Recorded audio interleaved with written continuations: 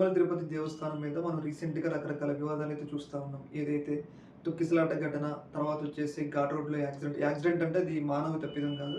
అది అనుకోకుండా జరిగిపోయింది కాబట్టి దాని మీద ఎలాంటి ఇష్యూ లేదు. కాకపోతే తర్వాత జరిగిన లడ్డూ కౌంటర్‌లో మంటలు, తర్వాత ఒక 2 ఏళ్ల బాలుడు అక్కడ తిరుమల తిరుపతిలో మెట్ల మీద నుంచి జారి కింద పడటం. ఇవన్నీ కూడా తిరుమల తిరుపతిలో జరుగుతున్న ఘటనలనేవి హిందూ భక్తుల్లో ఎవరైతే శ్రీవారిని చాలా అమితంగా ప్రేమిస్తారో వాళ్ళలో మాత్రం కొంచెం ఆందోళన అయితే రేకెత్తుతుంది. ఏం జరుగుతుంది తిరుమలలో? వరుస ఘటనలు ఏంటి అని చెప్పేసి పెద్ద స్థాయిలో వాళ్ళకి ఆందోళన అయితే లోనవుతున్నారనమాట. అయితే ఇలాంటి సందర్భంలో కేంద్ర హోంశాఖ ఎవరైతే అమిత్ షా నేతృత్వంలోని కేంద్ర హోంశాఖ ఒక సంచలనమైన నిర్ణయం అయితే తీసుకోవడం జరిగింది. అదేంటంటే రీసెంట్‌గా జరుగుతున్న ఏదైతే తిరుమల తిరుపతిలో జరుగుతున్న ఈ వ్యవహారాలన్నింటిని, ఈ ఘటనలన్నింటిని రీసెంట్‌గానే కొంతమంది మాంసాహారంతో తిరుమల తిరుపతి దేవస్థానానికి రావడం జరిగింది.